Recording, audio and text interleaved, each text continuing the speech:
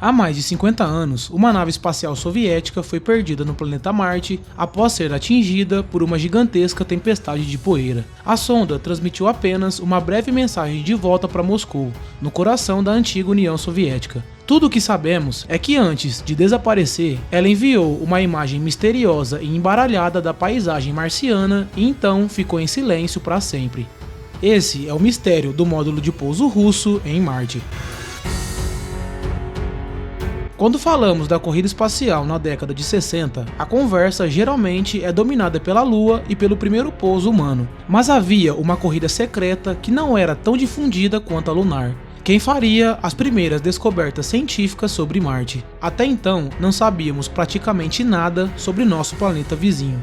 Nessa época, ainda havia algumas hipóteses afirmando que Marte era lar de vida vegetal e animal, além de possuir canais artificiais de água criados por uma população marciana inteligente e avançada. Era impossível saber com certeza até irmos lá e investigarmos o planeta de perto, com nossos próprios instrumentos.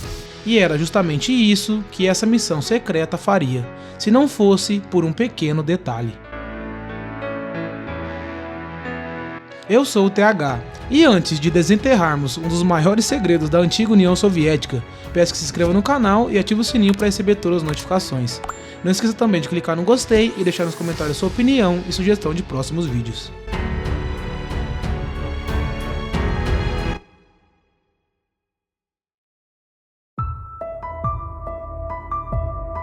Entre 1960 e 1969, tivemos 12 missões para Marte, 8 da União Soviética e 4 dos Estados Unidos. Dessas, 3 realmente chegaram ao planeta vermelho intactas e funcionando, todas americanas. A União Soviética teve um começo promissor na corrida espacial, já que foram os primeiros a lançar um satélite em órbita, os primeiros a enviar um ser humano ao espaço, e suas sondas Luna foram as primeiras a alcançar a superfície da Lua. Fazer o primeiro sobrevoo em Marte seria outra vitória gritante para os soviéticos, mas foi justamente aí que a corrida espacial começou a pender para o lado americano. Após 2 tentativas fracassadas em 1960, os soviéticos chegaram dolorosamente perto do sucesso em 1962, com uma sonda espacial chamada Mars 1. Não foi a primeira tentativa deles de alcançar Marte, mas o governo soviético tinha o hábito de fingir que missões fracassadas nunca aconteceram, as renomeando para tentar novamente alguns anos depois. O objetivo dessa versão da Mars 1 era passar próximo de Marte, cerca de 11 mil quilômetros, e obter fotos da sua superfície, enviar dados sobre radiação cósmica, impactos de meteoritos, dados do campo magnético marciano, radiação, estrutura atmosférica do planeta e a possibilidade de compostos orgânicos. E no dia 1º de novembro de 1962, Mars 1 era lançada. Depois que se afastou da órbita da Terra, o quarto estágio do foguete se separou da sonda, e os painéis solares foram abertos com sucesso.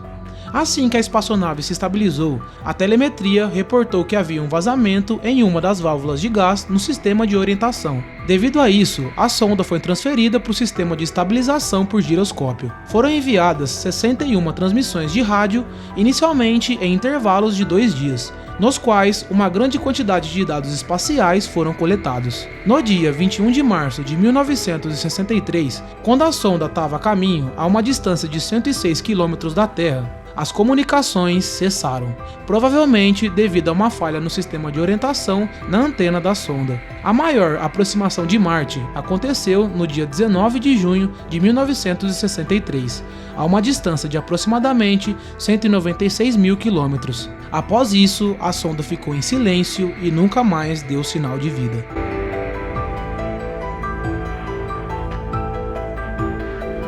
Em meados dos anos 60, a NASA havia estabelecido sua liderança na exploração espacial com a Mariner 4 em julho de 1965. Essa sonda fez o primeiro sobrevoo próximo em Marte, a pouco mais de 6 mil quilômetros acima da superfície, registrando as primeiras fotografias detalhadas da paisagem marciana.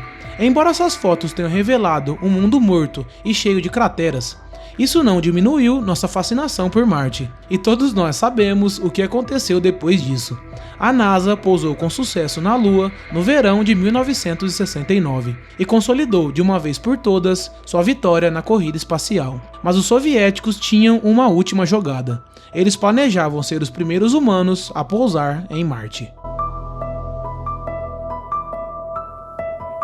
1971 foi um ano importante para a exploração de Marte. Isso porque, como sabemos, a Terra e Marte ficam bem próximos em suas órbitas a cada 2 anos mais ou menos. Mas a cada 15 ou 17 anos temos um alinhamento ainda mais próximo que o normal entre os dois planetas. Esse era, obviamente, um evento que tanto o programa espacial americano quanto o soviético estavam ansiosos para aproveitar. Mas o plano da NASA era ambicioso. Após concluir manobras de sobrevoo bem-sucedidas com as Mariner 4, 6 e 7, os americanos queriam tentar a primeira órbita estável ao redor de Marte. A partir daí, poderiam fazer uma observação de longo prazo de todo o planeta, mapeando sua superfície e examinando o conteúdo de sua atmosfera superior. Esses eram dados chaves para a primeira tentativa da NASA de pousar no planeta. Mas a União Soviética foi um pouco mais ousada e decidiram pular algumas etapas, indo direto para o pouso controlado na superfície marciana. O plano era enviar 3 missões. A primeira seria um orbitador de reconhecimento chamado Mars 71, que coletaria os mesmos dados que os americanos estavam procurando. Isso porque, sem medir a atmosfera e analisar a superfície, mesmo que minimamente, eles estariam indo completamente às cegas. O orbitador seria seguido por módulos de pouso gêmeos, conhecidos como Mars 2 e Mars 3. A ideia era incrível, porém arriscada. Os engenheiros soviéticos teriam que usar os dados coletados em órbita para atualizar o plano de pouso. Tudo isso em tempo real. Na teoria era uma ideia genial, mas na realidade o orbitador soviético falhou devido a um simples, mas fatal erro de programação. O motor do quarto estágio deveria ser acionado após 1h30 de voo, ou seja, 1,5 horas, mas seu cronômetro interno foi definido para 150 horas, o deixando preso para sempre na órbita da Terra. Nesse ponto, os soviéticos, com seu costume duvidoso eu diria, renomearam a sonda para Cosmos 419 e fingiram que era apenas outro satélite de observação. Com o orbitador de reconhecimento morto no espaço, Moscou decidiu seguir em frente com a tentativa de pouso, sabendo muito bem que estavam indo praticamente às cegas. Enquanto isso, a NASA, após alguns fracassos, estava tendo sucesso com suas empreitadas em Marte. Uma de suas sondas, a Mariner 8, falhou no lançamento e acabou caindo de volta à Terra. Mas seu orbitador gêmeo, Mariner 9, foi extremamente bem sucedido. Mariner 9 saiu à frente da missão soviética e se tornou o primeiro veículo feito pelo homem a orbitar Marte, onde estabeleceu uma órbita elíptica que levou a sonda para apenas 1.400 km da superfície marciana. Mariner 9 levava 6 instrumentos científicos a bordo, incluindo um sistema de captura de imagens com uma resolução de 98 metros por pixel, um aumento considerável em relação aos 790 metros por pixel dos sobrevoos anteriores em Marte. Tudo isso acontecia há apenas 2 semanas antes da chegada dos módulos soviéticos Mars 2 e Mars 3. E claro que os Estados Unidos não estavam interessados em compartilhar nenhum de seus dados da Mariner 9, nem sequer avisaram os russos que uma tempestade de poeira gigantesca estava chegando. Eu só imagino a cara dos operadores da NASA nesse dia. Mars 2 e 3 eram naves idênticas, cada uma consistida em um módulo orbital e um módulo de descida. A ideia era que, após largar o módulo de pouso, o módulo orbital, agora sem peso, usasse seu motor para desacelerar e se elevar a uma órbita estável em Marte, onde poderia servir como um satélite de observação de curto prazo. Mars 2 foi o primeiro a chegar. Os soviéticos tiveram pouca escolha se não tentar uma entrada direta não controlada, o que significava que o módulo de pouso entraria na atmosfera em velocidade máxima, como uma bala. Nesse ponto, basicamente, o módulo viraria passageiro da agonia, contando apenas com a sorte. A trajetória final e o local de pouso seriam determinados pelas forças da gravidade, arrasto atmosférico e a aerodinâmica da sonda. O módulo de descida tinha um escudo térmico de 2,9 9 metros de diâmetro que atuaria como principal sistema de frenagem aerodinâmica, reduzindo a velocidade de cerca de 6 km por segundo na entrada para pouco mais de 1 km por segundo, ou 3,5 vezes a velocidade do som. Infelizmente, para o Mars 2, seu módulo de descida entrou em um ângulo muito íngreme. Isso porque o computador de bordo interpretou mal os dados do altímetro e o sistema de pouso nunca foi ativado. Mars 2 se tornou o primeiro objeto feito pelo homem a ser esmagado pelo planeta vermelho, o que, vamos combinar, apesar de ser uma falha, ainda é um feito incrível. Mars 3 chegou em 2 de dezembro de 1971. E os soviéticos tiveram a oportunidade de aprender com seus erros. Dessa vez, acertaram o ângulo de ataque após o módulo ser lançado pelo orbitador.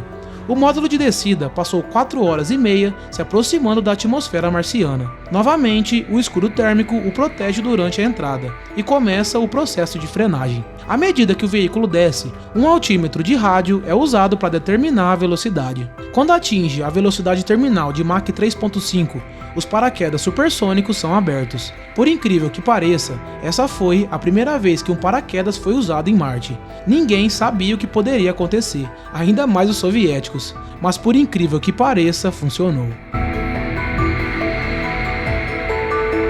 O módulo de descida está desacelerando, mas com a atmosfera rarefeita de Marte, não vai desacelerar o suficiente. Então, para resolver isso, o módulo está equipado com retrofoguetes movidos a pólvora que disparam nos últimos segundos, tentando reduzir a velocidade o suficiente para liberar a cápsula de pouso a poucos metros da superfície. Os foguetes freiam o módulo de descida como podem, enquanto a cápsula, em formato de ovo, cai na superfície. O impacto com o solo é bem forte, mas o módulo de pouso é amortecido por uma espessa camada interna de espuma. Todo esse sistema, com escudo térmico, paraquedas, retrofoguetes e amortecedor, é quase idêntico ao método que a NASA usaria para todos os seus pousos em Marte. A NASA ficou mais sofisticada com o tempo, mas a teoria básica é a mesma. E isso foi feito pela União Soviética em 1971, 5 anos antes da NASA conseguir pousar em Marte.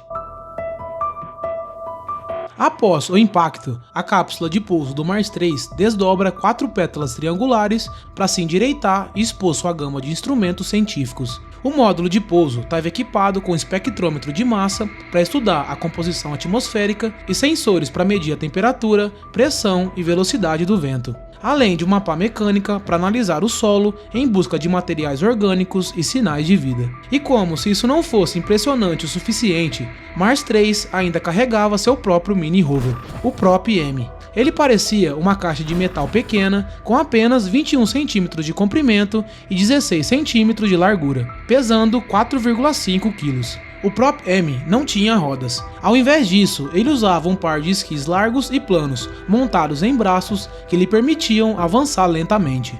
O rover estava ligado ao módulo principal por um cabo de energia de 15 metros, e sua função era usar uma pequena sonda a bordo para medir a densidade do solo marciano. A gente não pode deixar de destacar que todo esse equipamento chegou com segurança do Cazaquistão à superfície de Marte, com praticamente zero conhecimento pré-existente do ambiente marciano antes do lançamento em 1971. 90 segundos após o pouso, o módulo Mars 3 ativou seus sistemas e começou a transmitir de volta para Moscou. Para a União Soviética, isso foi uma vitória histórica, rapidamente seguido por um fracasso histórico. Pouquíssimo tempo depois, após 14 segundos de transmissão, o sinal de Marte se apagou. Os únicos dados recebidos foram essa imagem embaralhada em preto e branco. Isso foi uma decepção tão grande que os soviéticos não quiseram nem publicar a foto, muito menos divulgar que haviam pousado em Marte. O pouso foi mantido em segredo por décadas, até a queda da União Soviética e a desclassificação de seus registros. Mas o que será que aconteceu com a Mars 3? Bem, a cada 5 anos ou mais, as típicas tempestades de poeira em Marte começam a se combinar até formarem uma única supertempestade planetária que engole toda a superfície marciana. Sem o orbitador de reconhecimento para explorar o ambiente, os engenheiros soviéticos na Terra não tinham ideia de que seus módulos de pouso estavam caindo em Marte no pior momento possível. E não era nenhum problema com o vento, porque a atmosfera em Marte é tão fina que há pouca força física exercida pela tempestade.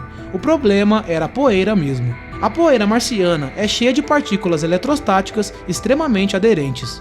Sabemos disso agora, mas as pessoas que construíram a cápsula do módulo em 1970 não sabiam. Então, não havia proteção nenhuma contra a poeira. Provavelmente, ela causou um curto-circuito em todos os sistemas expostos no módulo de pouso, impedindo que esse módulo promissor realizasse qualquer uma das tarefas que havia sido programado. Para piorar ainda mais a situação, os módulos orbitais Mars 2 e 3, que conseguiram alcançar a órbita de Marte com sucesso, não puderam retornar fotos úteis. Isso porque, ao invés de capturar detalhes da superfície marciana, tudo o que podiam ver era o topo dessa tempestade de poeira planetária. Enquanto isso, a Mariner 9, significativamente mais bem equipada, conseguiu esperar a tempestade passar e ficou os próximos 3 meses mapeando cerca de 70% da paisagem do planeta, fazendo descobertas históricas, como o Monte Olimpo, a montanha mais alta do Sistema Solar.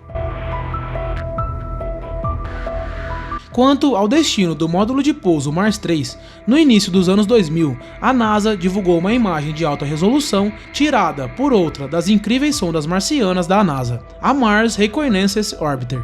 Com base na última trajetória conhecida, acreditava-se que os restos do módulo de pouso soviético estavam em algum lugar nessa imagem. Até que em 2013, entusiastas amadores identificaram o que acreditavam ser o paraquedas, o escudo térmico e o módulo de pouso na superfície marciana. Os restos mortais de uma missão promissora que nunca conseguiu nos mostrar seu potencial.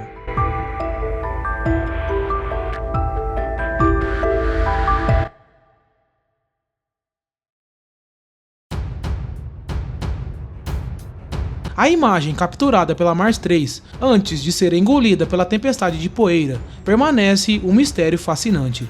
Apesar do fracasso, a breve transmissão e a foto embaralhada alimentaram a imaginação de cientistas e entusiastas do espaço por décadas. Mars 3 se tornou um símbolo de ousadia e desafio, nos lembrando que cada missão espacial é uma aventura cheia de altos e baixos. Hoje, enquanto exploramos Marte com o que há de mais avançado na tecnologia, as lições da Mars 3 ainda ressoam, provando que a busca pelo desconhecido é sempre uma jornada emocionante, mesmo quando as coisas não saem como planejado. E justamente buscar pelo desconhecido é o objetivo da sonda Gaia. E é sobre ela que eu falo no último vídeo. Olha que coincidência. Essa incrível missão da Agência Espacial Europeia é a responsável por algumas das descobertas mais incríveis dos últimos anos. Isso inclui 3 buracos negros fascinantes, e com um deles, além de ser o segundo buraco negro mais próximo da Terra, a 1920 anos-luz, também é o maior buraco negro estelar já detectado na Via Láctea. Vídeo no card. Muito obrigado pela audiência. Se você gostou do conteúdo e quiser dar uma força pro canal, é só clicar no gostei e se inscrever. Sua ajuda é muito importante. Até o próximo vídeo. Fui!